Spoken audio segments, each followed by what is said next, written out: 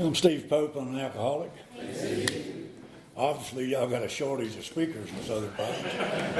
But, it's nice to be here tonight. I've been here a lot of times. And, I tell you, it's nice to be out of that little room down there with that camera in your face, too. That's the last time I spoke. Hell, I thought I was on trial with all that.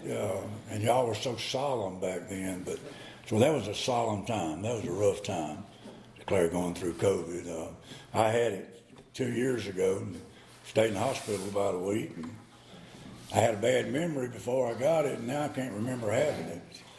It's just tough stuff. But it's nice to be here tonight. I'm awful thankful my buddy Thomas drove me down here. I got old eyes, and they don't see too good during the daylight. They don't see nothing at night when it's raining too. So I'm thankful that and we had quite a time trying to find that little cutoff coming from Sanford. Obviously we did, but I'm a member of the Steps to Recovery group. We meet outside of Coates on Tuesday and Thursday night. We should be starting in just a few minutes. We meet at 7:30. We have a closed discussion on Thursday night, and the last Thursday we have a speaker.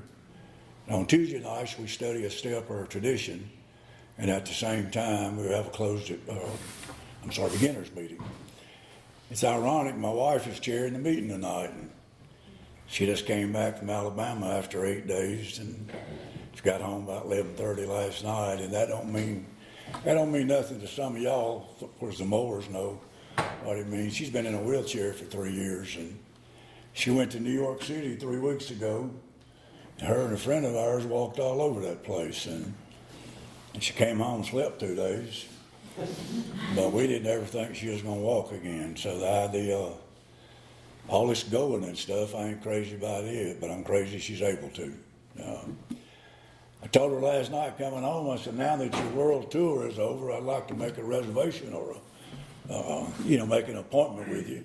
I haven't seen you in so long. The dogs might even bark at you when you come in the house. But anyway, my sobriety date's December the 8th of 1988, and that's the only one I've had, and I don't say that for his bragging, but I sure am thankful for it. I had enough when I come. I hate it for folks that ain't. They have to do whatever it is they have to do to get enough, but I was satisfied. I was satisfied when I came here. If I'd had somewhere else to went, I'd have went. To be honest, this was the only house on the block.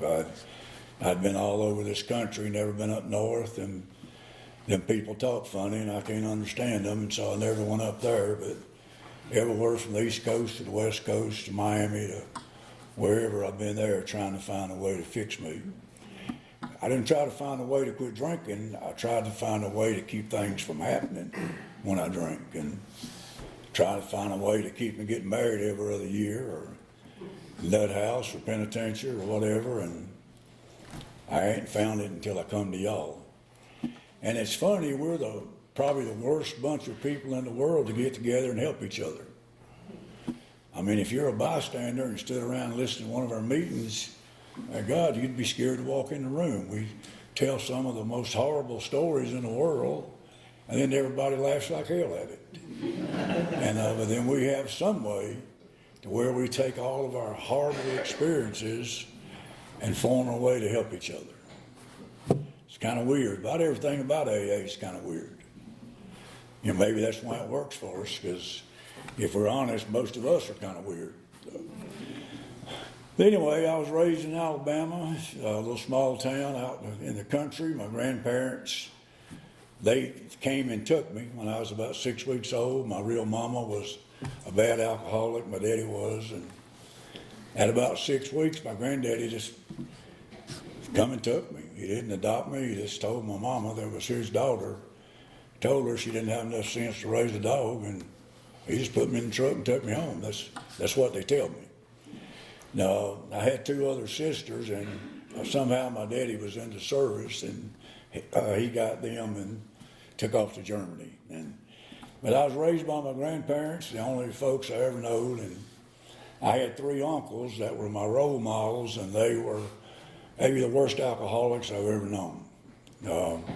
All 3 of them were dead in their mid-30s from this illness. The oldest one died in a truck wreck, and he just tore up so bad he couldn't open the casket at his funeral. And as far as the the middle uncle, the one I thought so much of, killed himself.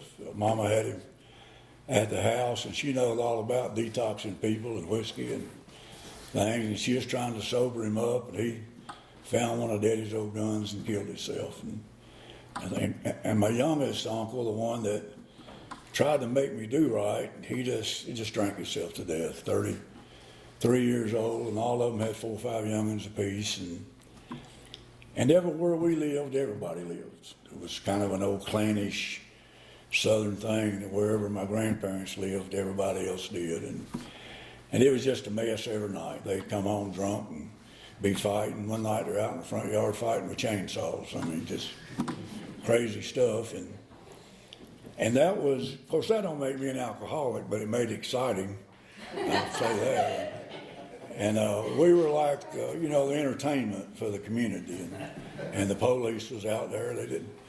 They didn't have to give them the address. They just told them the name. They knowed where to come. And then after I got some age on me, I was kind of the designated driver for them. The police knew I didn't have no license. I'm 12 or 13 years old, and I'm driving them around. They'd rather I drove than them drove. So it never was. The only times they ever stopped us is when I flipped one of them off. Don't matter if you're drinking or not. If you flip one off, they got something to say about it. And they gave me a ticket, but they called my granddaddy. I was more scared of my granddaddy than I was the ticket. But after a while, though, I was doing what my uncles were doing, and I was ashamed of my uncles. I wasn't going to never be like them. I mean, they were the kind of people that you didn't want to be around, and you didn't want your folks to be around them. They was all time drunk, all time trouble in a mess. They didn't work for nobody else. They always worked for themselves, and they were crooked. And they taught me that's how you made a living, that if you made a deal with a man and you broke even, then, he beats you. You're always supposed to come out on top, even if you lied or cheated, And so that was what I had to go by. And by the time I'm 14, 15 years old, instead of doing good in school and playing sports, I'm starting to do like they're doing. I was their designated driver. We lived in a dry county, and we had to go to Huntsville, Alabama, and that's where the honky tonks and the bars was, and the liquor stores, and we'd go over there, and I'd drive back, and most of the time the uncles would get in a fight over something on the way back, and we're riding along one day, and we passed by some plant, and one uncle said, "Yeah, they make so-and-so over there," and the other uncle said, "You lying son of a bitch, you don't know what they do over there." And suddenly they're fighting with hammers in the front of a pickup truck, and there's 4 of us in the truck, and I'm just trying to, not to, get no contact. But just simple mess like that, and that was the kind of stuff I was so ashamed of. I would never bring nobody home with me, and of course, one of the reasons I didn't bring nobody home, we didn't have no bathroom. We had one, but it was a little building out by the barn, and if you wanted running water, you had to run out in the yard and get it. We didn't have none in the house, and I was ashamed of that. But like I say, by the time I'm in my middle teens, I'm taking after my uncles. I'm doing exactly what I promised Mama I would never do. I think I'm getting in fights, and I'm drinking all the time, or, started out on the weekends, and then the weekends got longer and longer, and I'm missing school, and, I forget how many days in a row I got a paddling. Back in them days, they could paddle you. They didn't have riddling. That's what Bill Crawford says. They had paddling. They didn't have riddling. And I come in late to school, I forget how many days in a row. Well, I had an old 51 Ford. That was my uncle's. I didn't have no license. But, if you didn't get stopped, it didn't matter. And I had a girlfriend. Well, we were always late. It was her fault for taking so long to fix her hair. And finally, I forget how many whoopings in a row, I decided, that's it. I'm not getting no more whoopings. And I got to school, and the principal started all that mess, and I said, "Nah, I don't think so. We're not doing it today. We're not going to do that." And I said, "If you hit me, I'm going to hit you. So whatever you want to do." And he said, "I'm going to stay here, but you're going to leave. That's what I want to do." So I got my 51 Ford and left, and I didn't go back to school until I started Alabama State a year or so later. But I'm headed down a way that you can't figure out how you got to. You know, you're drinking a little beer on the weekend, you take your girlfriend home, and you go out in the woods with the guys, and y'all are drinking more, and, you know, getting in fights and all that kind of junk, and go home 2 or 3 o'clock in the morning, and it's no big deal. But it started to stretching into a big deal because the guys you were drinking with, they were kind of shying away from you. You know, because they would generally go home at a reasonable hour, and I wouldn't go home till I had to. And I certainly wouldn't go home while there was something to drink. And in the 60s, there was other things you mix with your drinking, and that's as far as they're going to go. I got a buddy I sponsored. He says his drug story was every time the church opened, his daddy drug him in, and he said that's all the drugs I'm going to talk about. But anyway, by the time I'm 17, I'm doing everything my uncles were doing, except I'm going to jail for it. And I'm in jail average of 2 weekends a month. I got in jail one weekend 3 times, 3 different towns in 2 different states. And my poor old granddaddy come to Nashville, Tennessee, and got me out, Pulaski, Tennessee, and come and got me out of jail on Monday. And he said, boy, we got to stop this stuff. And I said, Daddy, they out to get me. It's just bad luck. And he said, hell, you don't know nobody in Tennessee. How can they be out to get you? But I'd been on probation, it seemed like, since it first came out. And by the time I was 17, I'd broke it so many times that my granddaddy's money wasn't worth as much trouble as I was. And so the judge sentenced me to 2 years in prison. And it was 12 days before I was 18, and we went to court, and I had a lawyer, and the lawyer told the judge, he said, Judge, he's not 18 years old yet. He likes 12 days being 18. And the judge laughed and said, he'll be 18 time he gets there, so we're okay. And so that's what we did. And I never had no idea of going to prison. I never expected nothing like that. I was going to play football at Alabama. But here I am doing all the stuff that I swore to Mama that I wasn't going to do. I wasn't going to make her ride the roads at night worried to death about me looking for me the way she did her sons before they all died. I was going to follow her golden rule that she had asked me a million times to straighten up and do right. But I never had enough nerve to ask her to tell me how to do that. She was a little Pentecostal Indian, and everybody was scared of her. Nobody talked back to her. I mean, my granddaddy was 6'3", about 320, 330, and he didn't talk back to her. To be honest, the mama was about that tall. And once she went off, I mean, she was gone. She went somewhere.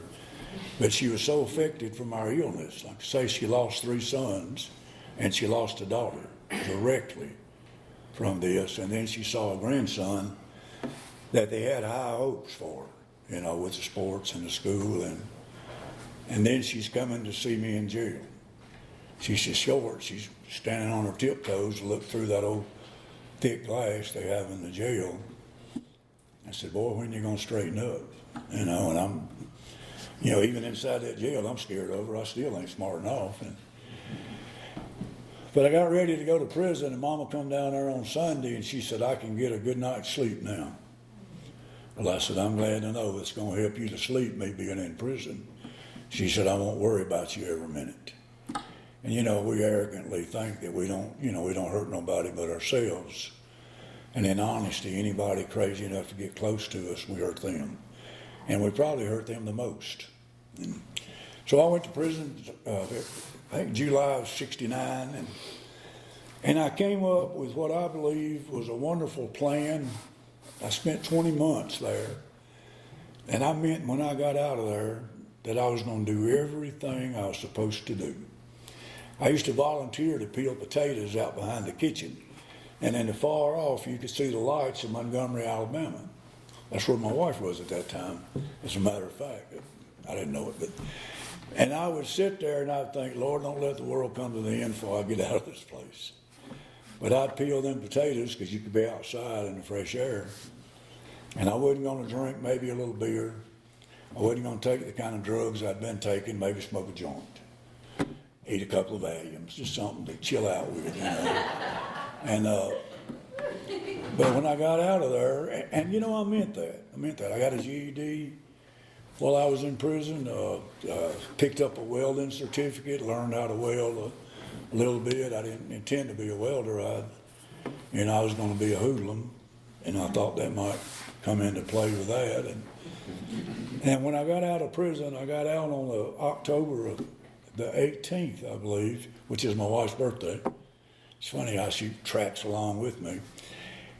But on October the 20th, I was as drunk as I'd ever been, and in about as much trouble as I'd ever been in. We got drunk, and the police had got after us, and we was drinking wine, and they had roadblocks set up across the Tennessee River, and they took them more serious than I did. I ran through them, and I don't know why they stood out there in the damn road. Looked like they'd got out of the way, but they caught me the next day and talked to me right sharply in the elevator. You know, they have them elevator conversations. If you've ever been in jail drunk with a smart mouth, you know what I'm talking about. If you don't want to know. They'd always tell the jailer the same thing. He fell down. And the jailer would say, how many times? You know, because they beat the fire out of him. But I went to court the next day, and for the judge had me charged with reckless driving. Well, that ain't a big deal. That's a fine.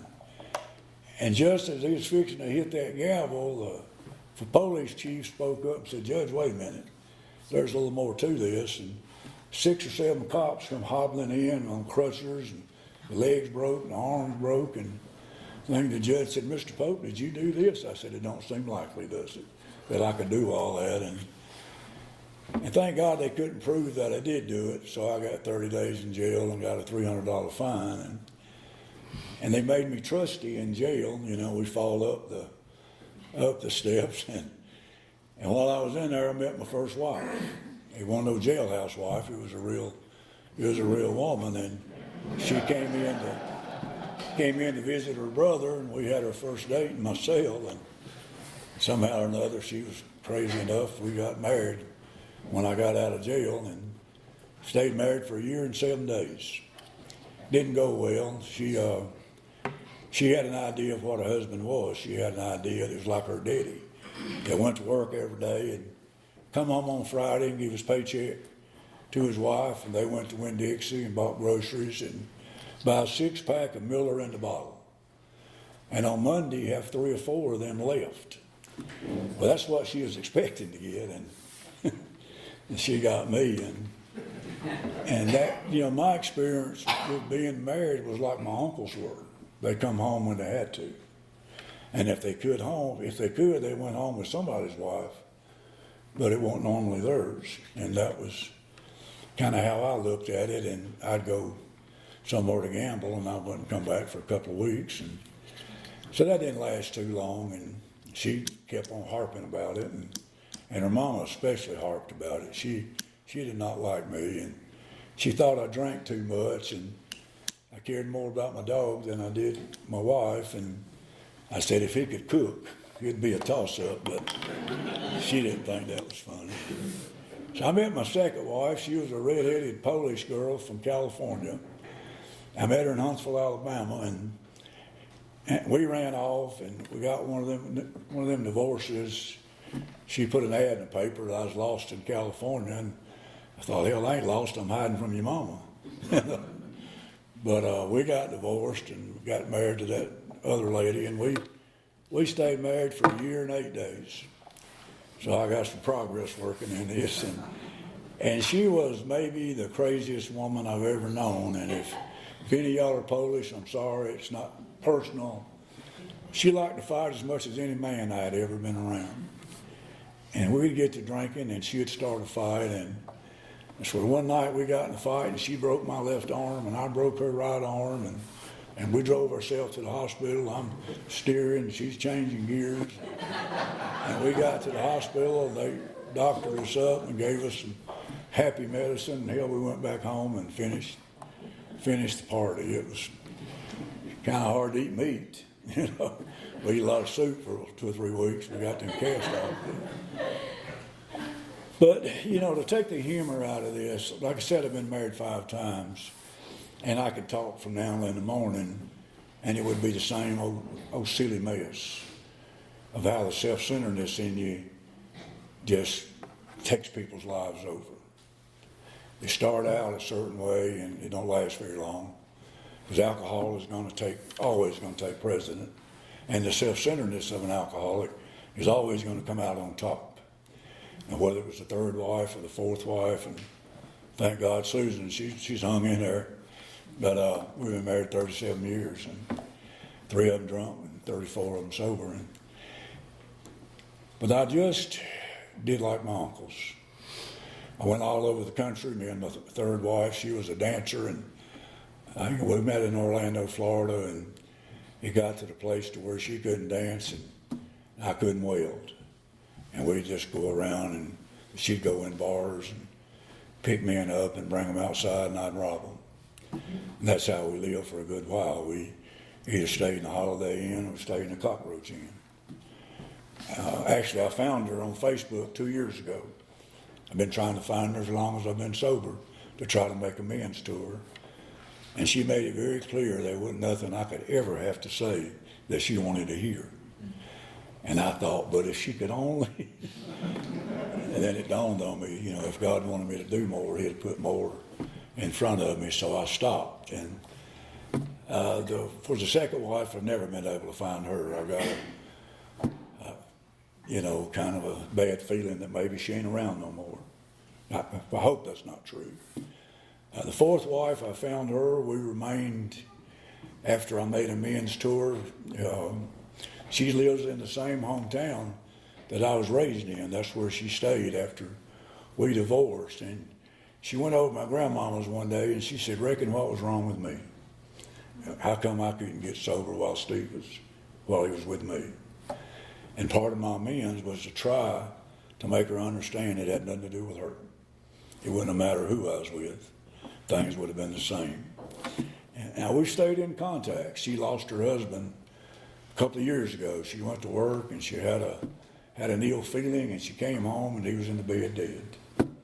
And so I reached out to her, and I tried to be some comfort and tried to be some help, and you know, hopefully it helped. I ain't tried to find no mother-in-laws. I don't know about that, but you know, you never think when you start out just riding around in your hot rod and you're drinking Budweiser and you throw them at mailboxes, or you're drinking Boone's Farm. And of course, they took Boone's Farm out in Alabama. They said it was associated with smoking pot. You couldn't buy it. You had to go to Tennessee, but you could buy Ripple. You know, and so when you're out busting people's mailboxes with Ripple bottles or whatever, you never think about going from that to what I ended up being when I came to y'all. You never think about that. And I got in jail in Atlanta, Georgia, and I'm going to go on and get sober. We've probably been drunk enough. We need a white sheet. But I was in jail in Atlanta, Georgia. I got found in the middle of the highway, 441, and I'd been found that way in Miami and in Fort Lauderdale and in Houston.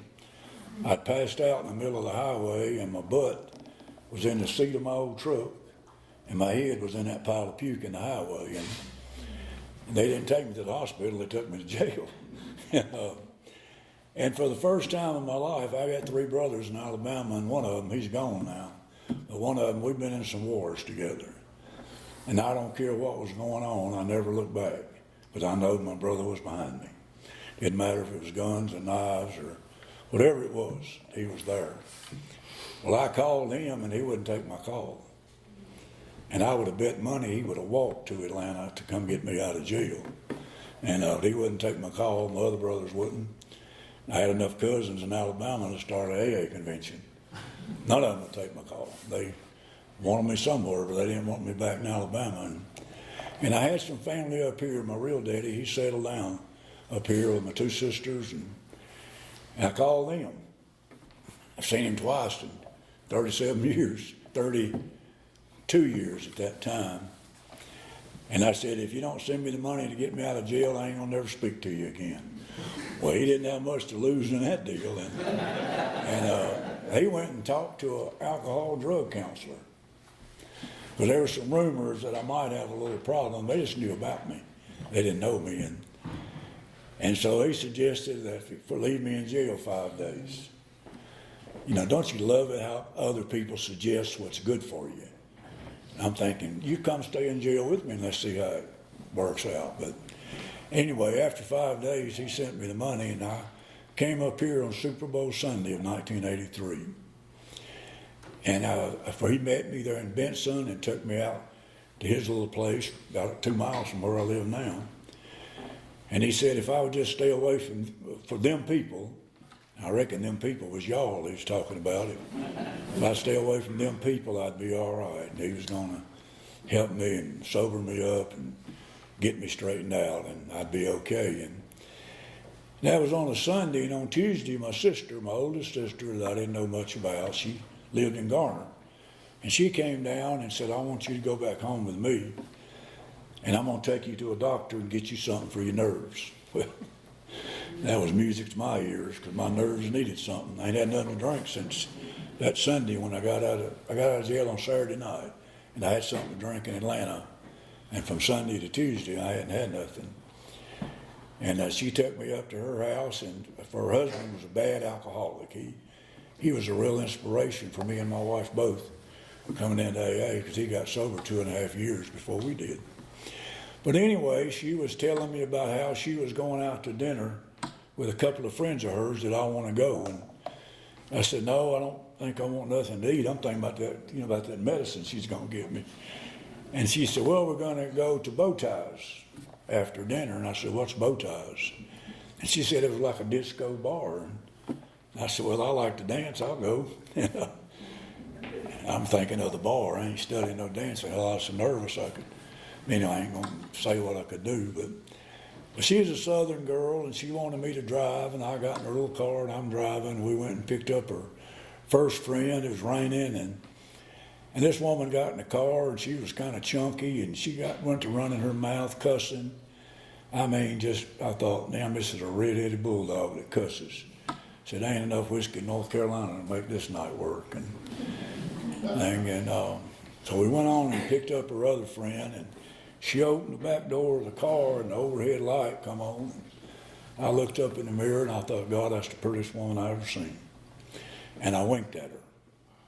And I was going to show you, but I can't. It's too powerful. The power of it causes problems. But I winked at her, and we went to that place, and we got drunk. She'd been married to a chicken professor in NC State for 17 years, and she never went back. Telling you that wink was something. And she left her husband, and we hooked up, and we've been together ever since, except for them 4 months. She left me in '88. She's an alcoholic, obviously, and so we started down our road of happy destiny. I got a job out at the nuclear plant. If any of you was paying CP&L during the '80s, I apologize. But all I did was stay drunk and gamble and sold some drugs. And I did more welding in the test booth than I did in the 2 years I was out there. And I left. I told my wife, if I don't get out of here, I ain't going to be worth killing. I'm going to be so sorry. And we bought a little place down where we live right now, outside of Coates. And I started a little welding business. And we're drinking the same way, though. I'm trying to be decent. I've never tried to be decent. I don't think I meant to be sorry, but it didn't matter to me if I was. And I'm trying to do the little house and a picket fence. But instead we got an old trailer and an electric fence. But I'm trying to be like a regular guy. I even coached Little League football for a while, trying to be normal. But I had to quit because it was 9 or 9:30 time I got home, and I couldn't go that long. I had enough decency not to be drinking around them youngins, but I just couldn't wait that long, and so I quit. And things just progressively got worse. We would get drunk every night. We'd go through the ritual of Ozzie and Harriet and sit on the back porch and light a grill and put all this stuff on it and she'd go to drinking martinis, and I'm drinking Jack Daniels, and sometimes she'd run out of gin, and she'd use white liquor for them martinis. And I figured out a martini was just liquor in a glass and put something in it. But somewhere along the night, 4 out of 5 nights, one of us would say something. And I had a bulldog and a chow, and they'd sit there in the backyard. They were pretty smart. They knowed what was coming. So we'd get in a fight, and one of us would kick the grill over, and we had some fat dogs. And they'd eat they'd eat that food we had cooked, and we'd end up drunk fighting. And I'd say 4 out of 7 nights, that's what happened. All the old remorseful stuff every morning and all that junk from both of us, wasn't just me. And then one night we had a great big fight like that, and I'm going to wind it up. We had a big fight like that, and I was trying to make a home, and I'd planted all these trees and put out this sod in the front yard, trying to have a yard like regular people. And we got in a big fight, and she got in a Toyota Corolla, a Toyota Celica, and she ran over every damn tree in that yard, every one of them. And I throw the concrete block through the windshield, and just normal drunk stuff. And she had all of her clothes in the car, and she threw them out. And she got right there at the driveway, and she looked back and waved at me with that certain finger and said, "Take that, you MF." And I said, "You missed a couple around back." Well, she shot around there and got them, and took on off down the road, shit clanging and dragging and all that kind of mess. And I'm thinking, well, I'm kind of cool this morning, so I took a lighter fluid and set all of her clothes on fire, and standing there warming my hands. And I had a little welding business, and I had 3 or 4 welders, and they were coming down the path to go out to the barn to get their trucks to go to work. And they're trying to look without turning their head. Standing there out in the yard, and I had on a bathrobe, warming my hands, and these trees looked like a little, tornado had hit it. And I had enough sense, though, to go in the house and get my clothes and put them in one of my trucks and carry my truck and hide it. But I know that once she'd come to her senses, she'd retaliate. But she come back, and she apologized because I had worked hard on that yard. I was trying hard. And I come home from work one evening, she was all scratched up, and I said, "What's wrong with you?" And she was in tears. She said, "I've been out there trying to get them trees to straighten up." I said, "Well, there's an easy way to do it." And she said, "What?" I said, "Hell, take your car and run into them and straighten them up. I wasn't very nice." And so we had another fight, and she left. And that was on a holiday, I think Labor Day, around August, whatever that is. And I spent whatever time that is from August until I came to y'all in December, the best I could, not drawing a sober breath. Now, obviously, you can't go 24 hours a day, but I did all I could. And on a Thursday morning, we had a little single-wide trailer and had a sliding black glass door and had a little office, and I sat there in that office, and I'm drinking whiskey and I'm doing whatever else I can to stay awake. Been about 3 days, and I'm planning out my life. When I was in the penitentiary peeling them potatoes behind the kitchen, I'm planning out my life of how it's going to be when I got out of prison. And that's intentions without power is all that is. And I believe we mean them. I know I did when that night. And I was sitting there, and them 2 old dogs, they were sitting there, they were like at attention listening to me. And I said, "That old hateful thing's gone now. We ain't got to sneak around. We can do whatever the heck we want to." It's almost like they was agreeing with me. But as the sun went to coming up that morning, every old drunken mess I told myself went to sounding ridiculous. I ain't never straightened up. I ain't never quit drinking. I'd been locked up. But if I had the key, I had never quit drinking. And I knew that stuff was just a joke, like peeling potatoes or whatever. I didn't mean for it to be a joke. And I just call that, God giving me a moment of clarity, where I knew that this deal, in some way or another was done. I know it wasn't her fault. I mean, hell, you can be the worst gambler in the world and the odds of 5 in a row. You're going to do better than that. It couldn't have been the women's fault. So I went to trying to find some place to get help, and I've been locked up a bunch of times, but I ain't never locked myself up. I've been insane, but I ain't been crazy. And I kept trying to call around, and I found a place in Smithfield that it was a mental health ward, and so I went over there, and I hoped it was my last drink of whiskey sitting in the parking lot. And I went inside, and they were hesitant to take me with some of the mixtures I was fooling with, and I said, if y'all don't help me, I believe I'll die. And that was maybe the most honest statement I've said in a long time.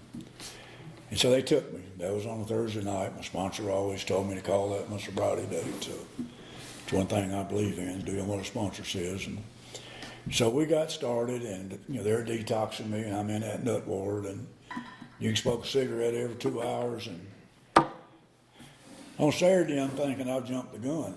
I've done this a little too early. It ain't that bad. I want out of here. They wouldn't let me out. They said, you got to have 24 hours without any medicine. I said, you're giving me 5 milligrams of Valium every 2 hours. That's a pimple on the elephant's butt. He said, well, you ain't getting out. And so I called them. It just, you had to invent some of the names. I called their wives and their sisters and their mamas, and they just ignored me. And on Sunday, they said there was an AA meeting that came in on the other side, and the magic, they said, was you can smoke all you want to. I won't study no AA. I'd been to AA in Miami by a kind old Southern judge.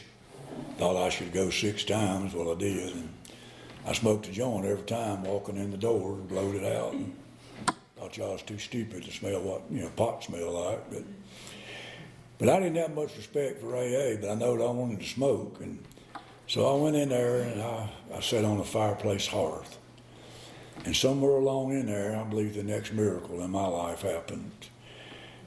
For an old man came over and sat down beside me, started patting me on the back and rubbing, pat and rub, pat and rub. I didn't like that. I wasn't used to no man touching me, period, much less patting and rubbing. And he said things like, you don't ever have to feel this way if you don't want to. And I thought, well, who in the hell would want to feel this way? But somehow or another, during that little episode, I just had that miracle to where I knew my life was done. Now, I didn't know what that meant, but I know what my life the other way meant. And so I didn't leave. They told me I could leave Monday. I didn't leave. He came back on Tuesday and got me, and he became my first sponsor. And for the next 3 years, or almost 3, he showed me day and night what an AA member acts like. Not what one talks like, because I had a filthy mouth. And he had a pretty shiny mouth himself. He was from New York, and I think how ironic, I can't stand Yankees, got a sponsor from New York. But I hope none of y'all are Yankees. You probably are. I know where we are. I'm okay with you now. I'm good. But he showed me how to be a member of Alcoholics Anonymous. He didn't give me a phone number and say, call me if you need to. Every night or every day, we spent time together. We had breakfast or lunch, or every night we went to a meeting together. I don't care if we went through the drive-through at the bank. He had a way of talking to people that was foreign to me.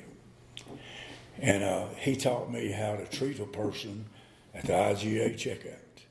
Taught me how to treat my wife. Her name was Susan. That's the only name she had. She didn't have no names that started with B's.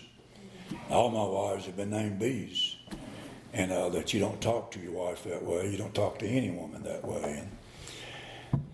And I thought, well, what do you know? You old. But I done what he said. I had 60 days, and I went to his house one morning about daylight, and it raining. Gosh, was it ever raining.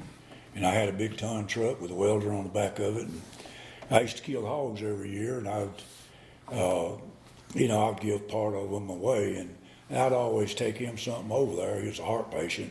That's what he needed was 2 pounds of sausage. But I went over there that morning with some tenderloin.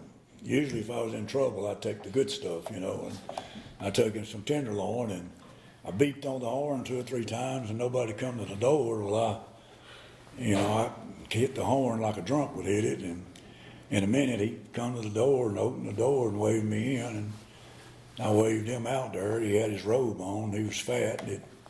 Didn't plumb clothes, and thank God he put on some clothes and come out there and got in the truck and lit him a cigarette, and he said, what's going on? It was about 6 o'clock, and so I thought I'd come by and see if you needed any welding done today. And I mean, you literally couldn't see the end of the hood of the truck. It's raining so hard. And he said, no, I don't believe I need no welding, Steve. He said, is there anything else? I said, well, I brought you some tenderloin. And he said, well, let's go in the house and we'll cook some. I said, no, I don't want to go in the house. And he said, is there anything else going on? I said, well, not really. I said, I'm going to divorce Susan, but other than that, ain't nothing going on. And he said, we got a little unwritten thing in AA that we don't make any major decisions for the first year. I said, hell, that ain't no major decision. And he said, get divorced, ain't? And I said, I've been divorced 4 times. You get divorced in Alabama in 15 minutes. And I said, I can't talk to her. All she ever wants to do is tell me how she feels. And, if you're new, I want to say this because I believe in sponsorship. I believe that if I couldn't have but one thing in AA, it would be sponsorship. But he told me, he said, let me make a suggestion. And if you're aiming to stay here, and I hope you all do, but I really hope I do, but when a sponsor says that, whatever you do and stop, but he's fixing to save your life if you listen to him. And he said, let me make a suggestion. And I said, what's that? I'm thinking he's going to say, well, don't drink, go to a meeting. That's usually what he says.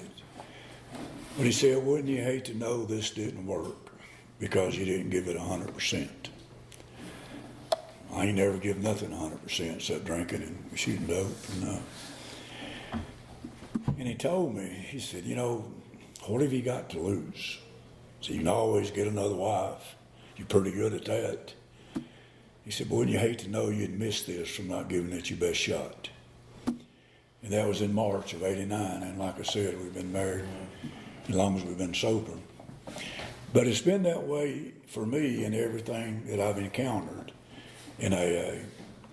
Whether it's a bankruptcy, where the IRS don't care about no 9th step. They want their money. They don't want to hear about $10 a week. They want their money, or they want your money.